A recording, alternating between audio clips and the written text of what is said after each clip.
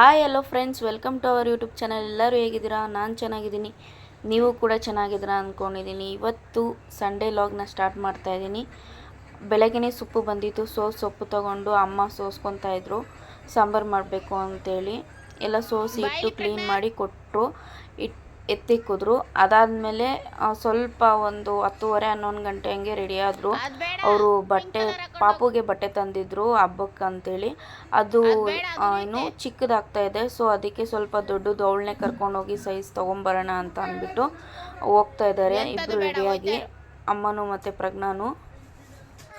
ನನಗೆ ಬೇಜಾರು, ಬೆಳಗ್ಗೆ ಹೋಗ್ಬಿಡ್ತಾರೆ, ಹೋಗ್ಬಿಡ್ತಾರೆ ಬೆಳಗ್ಗೆನೇ. ಬಟ್ ಆದರೆ ನಾನು ಒಬ್ಬಳೇ ಇರಬೇಕಲ್ವ, ನಂಗೆ ಸಿಕ್ಕಾಪಟ್ಟೆ ಬೇಜಾರು. ಪ್ರಜ್ಞಾನ ಜೊತೆ ಇದ್ದು ಒಂದು ಸ್ವಲ್ಪ ಅವಳ ಜೊತೆ ತುಂಬ ಬೆರೆತ್ಕೊಂಡಿರ್ತೀನಿ. ಇವಾಗ ಅವಳು ಸಡನ್ನಾಗಿ ಇವಾಗ ಬೆಳಗ್ಗೆ ಒಂದು 11 ಗಂಟೆಗೆ ಹೋದ್ಲು ಅಂದರೆ ಅವಳು ಬರೋದೇ 7 ಗಂಟೆ ಸಂಜೆ. ಅಲ್ಲಿ ನಮ್ಮ ವಸಂತ ಮೇಡಮ್ಮು ಸಿಟಿಗೆ ಹೋದರೆ ಅವ್ರ ಮನೆ ಅಲ್ಲೇ ಟೌನಲ್ಲಿರೋದು, ಸೊ ಅವ್ರ ಮನೆಗೆ ಹೋಗ್ಬಿಡ್ತಾರೆ. ಅಲ್ಲಿ ಸ್ವಲ್ಪ ಹೊತ್ತು ಇದ್ದು ಅವ್ರ ಜೊತೆ ಆಡಿಕೊಂಡು ಅಲ್ಲಿ ಗಾರ್ಡನಲ್ಲೆಲ್ಲ ಇದು ಮಾಡಿಕೊಂಡು ಆಟ ಆಡ್ಕೊಂಡು ಅಲ್ಲಿ ಸ್ವಲ್ಪ ಹೊತ್ತು ಮಲಗಿದ್ದು ಬಂದುಬಿಡ್ತಾಳೆ. ಸೊ ಅವಳು ಬರೋದು ಲೇಟ್ ಆಗಿರೋದ್ರಿಂದ ನನಗೆ ಸ್ವಲ್ಪ ಬೇಜಾರಾಗುತ್ತೆ.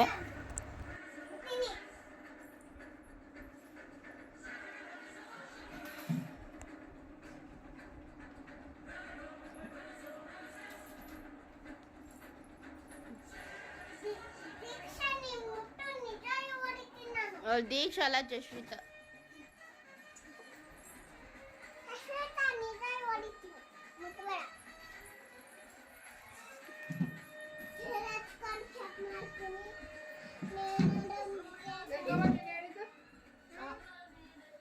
ಇದು ಖುಷಿ ಅಡ್ಡೋರಾಕೆ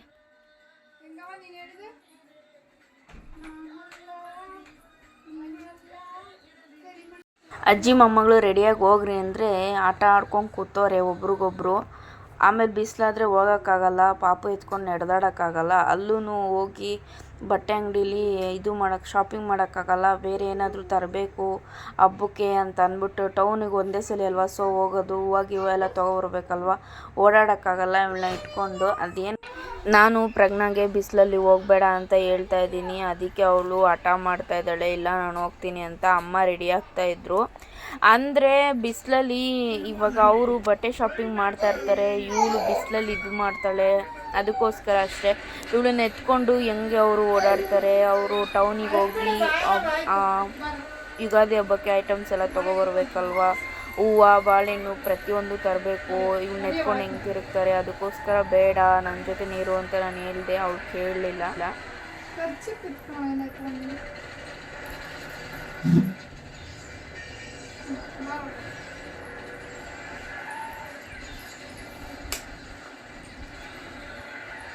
ಅವ್ರು ಹೋದ್ರು. ಅದಾದಮೇಲೆ ಮಧ್ಯಾಹ್ನ ನಾನೊಂದು 2:30ಗೆ ಮೊಸರನ್ನ ತಿಂತಾಯಿದ್ದೀನಿ. ಸಿಕ್ಕಾಪಟ್ಟೆ ಬಿಸಿಲು ಫ್ರೆಂಡ್ಸ್, ಮಲ್ಕೊಳ್ಳೋಕ್ಕೂ ಆಗ್ತಾಯಿಲ್ಲ, ಕೂತ್ಕೊಳ್ಳೋಕ್ಕೂ ಆಗ್ತಾಯಿಲ್ಲ, ಸಿಕ್ಕಾಪಟ್ಟೆ ಬಿಸಿಲು ಹೆವಿ.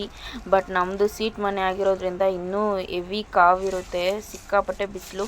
ಅದಾದಮೇಲೆ ಅಮ್ಮ ಸಾಂಬಾರು ಮಾಡು ಅಂತ ಹೇಳಿದ್ರಲ್ಲ, ಸೊಪ್ಪೆಲ್ಲ ಇದು ಕ್ಲೀನ್ ಮಾಡಿ ತೊಳೆದು ಕೊಟ್ಟಿದ್ರು.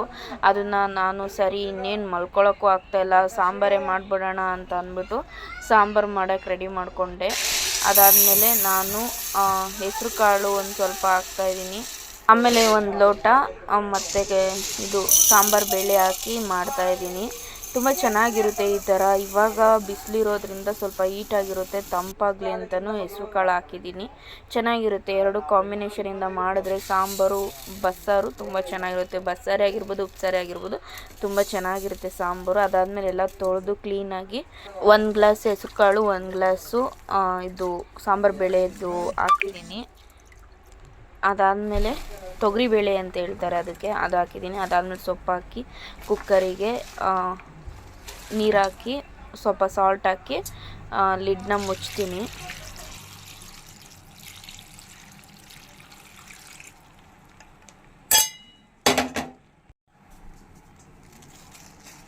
ಅದಾದಮೇಲೆ ಸುಮ್ಮನೆ ಸಿಂಪಲ್ಲಾಗಿ ನೇಲ್ ಪಾಲಿಶ್ ಹಾಕ್ಕೊಂಡೆ, ಚೆನ್ನಾಗಿತ್ತು. ಅದಕ್ಕೆ ಸುಮ್ಮನೆ ತೋರಿಸ್ತಾ ಇದ್ದೀನಿ ಅಷ್ಟೇ, ಚೆನ್ನಾಗಿತ್ತು ನೋಡೋಕ್ಕೆ.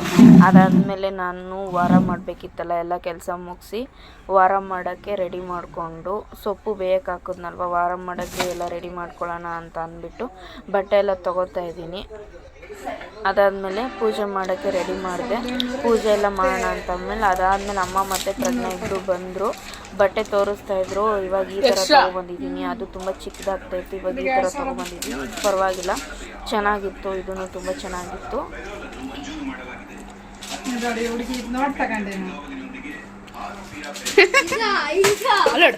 ಎತ್ತಾಕೆ ಫ್ಯಾಷನ್ ಮೊಮ್ಮಗಳು ಈ ಥರ ಹಾಕೋಬೇಕಂತಷ್ಟೇ ಇಲ್ಲ. ಇಲ್ಲ ನೋಡಾಯ್ತು, ನಂಗೆ ಬರೋದಿಲ್ಲ ಹೇಳ ಇಂಟ್ರೆಸ್ಟ್ ಅದೇನ ಹೇಳಕ್ ಬರಲ್ಲ. ಸುಮ್ಮನೆ ತಪ್ಪಾದ್ರೆ 100 ಜನ ನೋಡಿ ಮಾಡಿ ಅಷ್ಟೇ ಹೇಳು. ಇಲ್ಲ ನಾನು ಯೂಟ್ಯೂಬ್ ಚಾನಲ್ ಚೆನ್ನಾಗಿ ಮಾಡ್ತಾ ಇದ್ದೀನಾ? ಚೆನ್ನಾಗಿ ಬರ್ತೈತಾ? 500 ಜನ ಸಬ್ಸ್ಕ್ರೈಬ್ ಆಗೋರು ಏನಂತ ಅದಕ್ಕೆ? ಏನಂತ ಹಂಗೆ ಒಳ್ಳೇದು, ಖುಷಿ ಆಯ್ತು. ಇನ್ನೂ 500 ಜನ ಬರಲಿ. ಹೌದಾ? ಅದಾದಮೇಲೆ ಪೂಜೆ ಎಲ್ಲ ಮಾಡಿದೆ. ಅಮ್ಮ ಬಂದಿದ್ದು ಲೇಟ್ ಆಯ್ತಲ್ಲ, ಸೊ ಪೂಜೆ ಮಾಡೋದು ಸ್ವಲ್ಪ ಲೇಟ್ ಆಯಿತು. 7 ಗಂಟೆ ಆಗಿತ್ತು ಪೂಜೆ ಎಲ್ಲ ಮಾಡಿ, ಎಲ್ಲ ಪೂಜೆ ಮಾಡಿ ಎಲ್ಲ ಕೆಲಸ ಮಾಡಿ. ಅದಾದಮೇಲೆ ಅಮ್ಮ ವಡೆ ತಗೊಬಂದಿದ್ರು. ಅಮ್ಮ ವಸಂತ ಆಂಟಿ ಅವರು ಬಂದಿದ್ದರು, ಅವ್ರ ಜೊತೆ ಅಮ್ಮನೂ ಬಂದಿತ್ತು. ಅವರೇ ಕರ್ಕೊಬಂದು ಕಾರಲ್ಲಿ ಬಿಟ್ಟೋದ್ರು. ಸೊ ಆ ವಡೆ ತೊಗೊಂಡಿದ್ರು. ವಡೆನೂ ನಾನು ಕಾಫಿ ಜೊತೆ ಚೆನ್ನಾಗಿರುತ್ತೆ, ಅದಕ್ಕೆ ಕಾಫಿ ಜೊತೆ ತಿಂದೆ. ಅದಾದಮೇಲೆ ಪ್ರಜ್ಞಾ ಅಮ್ಮ ಇಬ್ಬರು ದೇವಸ್ಥಾನಕ್ಕೆ ಹೋಗಿದ್ರು. ದೇವಸ್ಥಾನದಿಂದ ಬರುವಾಗ ಪ್ರಸಾದ ಇಸ್ಕೊಂಡು ಬಂದರು. ಅದನ್ನ ಒಂದು ಸ್ವಲ್ಪ ಪ್ರಸಾದ ಥರ ಕೊಡ್ತಾಯಿದ್ರು. ಅಮ್ಮನೂ ತಿನ್ನಿಸ್ತಾ ಇತ್ತು ಅವಳಿಗೆ. ಅದಾದಮೇಲೆ ನಾನು ಅಡುಗೆ ಮಾಡೋಕ್ಕೆ ಸ್ಟಾರ್ಟ್ ಮಾಡಿದೆ. ಇವಾಗ ನಾನು ಬಸ್ಸಾರನ್ನ ಮಾಡ್ತಾಯಿದ್ದೀನಿ. ಫಸ್ಟು ಈರುಳ್ಳಿ, ಬೆಳ್ಳುಳ್ಳಿ, ಆಮೇಲೆ ಹಸಿಮೆಣ್ಸಿನ್ಕಾಯಿ, ಒಂದು 10 ಹಸಿಮೆಣ್ಸಿನ್ಕಾಯಿ ನಾನು ಯೂಸ್ ಮಾಡ್ತಾಯಿದ್ದೀನಿ. ಅದಾದಮೇಲೆ ಒಂದು ಸ್ವಲ್ಪ ಟೊಮೊಟೊ ಎಲ್ಲ ಹಾಕ್ಕೊಂಡು ಹುರ್ಕೋಬೇಕು. ಅದು ಚೆನ್ನಾಗಿ ಹುರಿದು ಮಾಡಿದ್ರೆ ಸಾಂಬಾರು ತುಂಬ ಟೇಸ್ಟಾಗಿರುತ್ತೆ. ಬಸ್ಸಾರಂತೂ ನಮ್ಮ ಅತ್ತೆಗೆ ತುಂಬ ಇಷ್ಟ. ನಾನು ಮಾಡೋ ಬಸ್ಸಾರಂದರೆ ತುಂಬ ಇಷ್ಟಪಟ್ಟು ತಿಂತಾರೆ. ಒಂದು ಸ್ವಲ್ಪ ಜೀರಿಗೆ, ಒಂದು ಸ್ವಲ್ಪ ಮೆಣಸು ಹಾಕ್ಕೊತಾ ಇದ್ದೀನಿ. ಅದಾದಮೇಲೆ ಟೊಮೊಟೊ, 1-2 ಟೊಮೊಟೊ ಚಿಕ್ಕ ಬಿತ್ತು, ಸೊ ಅದಕ್ಕೆ ನಾನು 2-3 ಟೊಮೊಟೊ ಹಾಕಿದ್ದೀನಿ. ನಿಮ್ಗೆ ಎಷ್ಟು ಕ್ವಾಂಟಿಟಿ ಬೇಕೋ ಅಷ್ಟು ಕ್ವಾಂಟಿಟಿ ಹಾಕ್ಕೊಡಿ. ಅದಾದಮೇಲೆ ಪ್ರಜ್ಞಾ ಇಲ್ಲಿ ಆಟ ಆಡ್ತಾ ಇದ್ಲು. ನಾನು ದಾಳಿಂಬೆ ಹಣ್ಣು ಬಿಡಿಸಿ ಇಕ್ಕಿದ್ದೆ. ಅಮ್ಮ ತಿನ್ನಿಸ್ತಾಯಿದ್ರು, ಅವಳಿಗೂ ಅಮ್ಮನೂ ಕೂಡ ತಿಂತಾಯಿದ್ರು. ಒಂಥರ ಅದು ಬಿಡಿಸಿ ಇಕ್ಕಿದ್ರೆ ಮಾತ್ರ ತಿನ್ನೋದು ನಮ್ಮ ಮನೇಲಿ, ಇಲ್ಲಾಂದರೆ ತಿನ್ನಲ್ಲ, ಅದು ಅಲ್ಲೇ ಕೊಳ್ತೋಗ್ತಾ ಇರುತ್ತೆ. ಅದಾದಮೇಲೆ ನಾನು ಪಲ್ಯ ಮಾಡ್ಕೊಳ್ಳೋಣ ಅಂತ ಒಂದು ಬಾಣಲಿಗೆ ಎಣ್ಣೆ ಹಾಕ್ಕೊಂಡು ಒಂದು ಸ್ವಲ್ಪ ಚಿಕ್ಕದಾಗಿ ಹಚ್ಕೊಂಡ್ರು ಈರುಳ್ಳಿ ಹಾಕ್ಕೊಂಡು ಒಂದು ಸ್ವಲ್ಪ ಒಣಮೆಣ್ಸಿನ್ಕಾಯಿ ಹಾಕ್ಕೊಂಡಿದ್ದೀನಿ. ಹಸಿಮೆಣ್ಸಿನ್ಕಾಯಿ ಇದರಲ್ಲಿ ತಿನ್ನೋಕ್ಕಾಗಲ್ಲ. ಅದಾದಮೇಲೆ ಸೊಪ್ಪು ಹಾಕಿ ಚೆನ್ನಾಗಿ ಹುರ್ಕೊತಾ ಇದ್ದೀನಿ. ಒಂದು ಸ್ವಲ್ಪ ಸಾಲ್ಟು, ಅಂದರೆ ನಾವು ಬೇಯಿಸುವಾಗೇ ಸಾಲ್ಟ್ ಹಾಕಿದ್ದೀವಿ, ನೋಡಿ ಹಾಕ್ಕೋಬೇಕು ಸಾಲ್ಟು. ಅದಾದಮೇಲೆ ರುಬ್ಕೊಳ್ಳೋಕ್ಕೆ ತೊಗೊಂಡೆ. ಇದು ಆರಿರುತ್ತಲ್ಲ, ಆರಾದಮೇಲೆ ಜಾರಿಗೆ ಹಾಕ್ಕೊಂಡೆ ರುಬ್ಕೊಳ್ಳೋಕ್ಕೆ. ಅದಾದಮೇಲೆ ಒಂದು ಸ್ವಲ್ಪ ಕಾಯಿ ಹಾಕ್ಕೊಂಡು ಕೊತ್ತಂಬರಿ ಹಾಕ್ಕೊಂಡು ರುಬ್ಕೊತಾ ಇದ್ದೀನಿ. ಅದಾದಮೇಲೆ ಕಾಯಿ ತುರಿ, ಇದಕ್ಕೆ ಪಲ್ಯಗೆ ಕಾಯಿ ತುರಿ ಹಾಕ್ತಾಯಿದ್ದೀನಿ.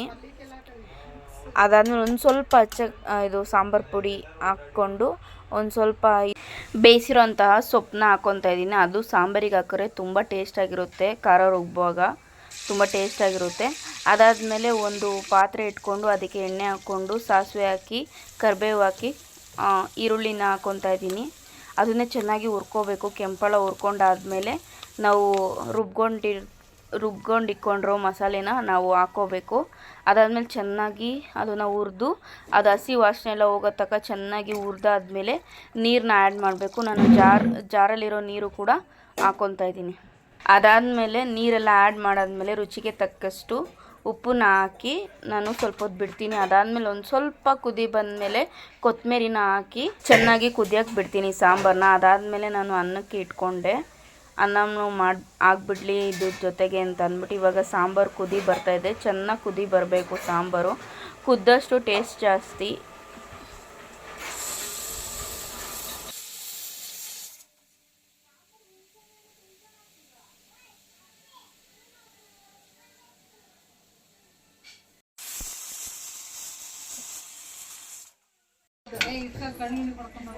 ಕೊಡೆಯಲ್ಲಿ ಹೋಗಿ ಅಜ್ಜಿ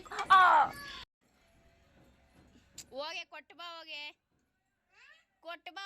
ಅದು ಹಸುಗೆ ಹೊಡಿಯೋ ಚೌಟಿ ಥರ ಪಾಪು ಕೈಲಿ ಹಿಡ್ಕೊಂಡಿದ್ಲು. ಎಲ್ಲರಿಗೂ ಹೊಡಿಯೋಕ್ಕೆ ಹೋಗ್ತಾಯಿದ್ಲು. ಬೇಡ ಅದನ್ನು ಕೊಟ್ಟು ಹೋಗೋರು ನಮ್ಮ ತಿಮ್ಮಪ್ಪ ಮನೆಗೆ ಅಂತ ಹೇಳಿದ್ರೆ ಅವಳು ಕೇಳ್ತಾ ಇರಲಿಲ್ಲ.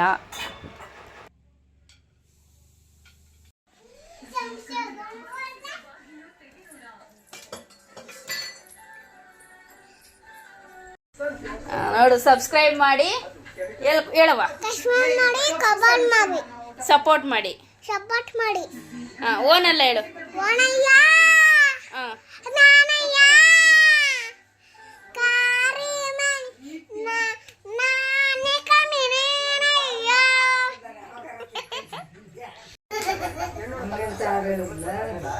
ಯಾಡ್ತಾಳೆ ಕೇಳಿಸ್ಕೊ ಪ್ರಜ್ಞಾ ಯಾರು ಹೇಳವ ಓನಲ್ಲ ಹೇಳು ನೀಟಾಗಿ ಹೇಳು. ನೀಟಾಗಿ ಹೇಳು ಕಬಾನ್ ಮಾಡಿ ಕಶ್ಮೀರ್ ಮಾಡಿ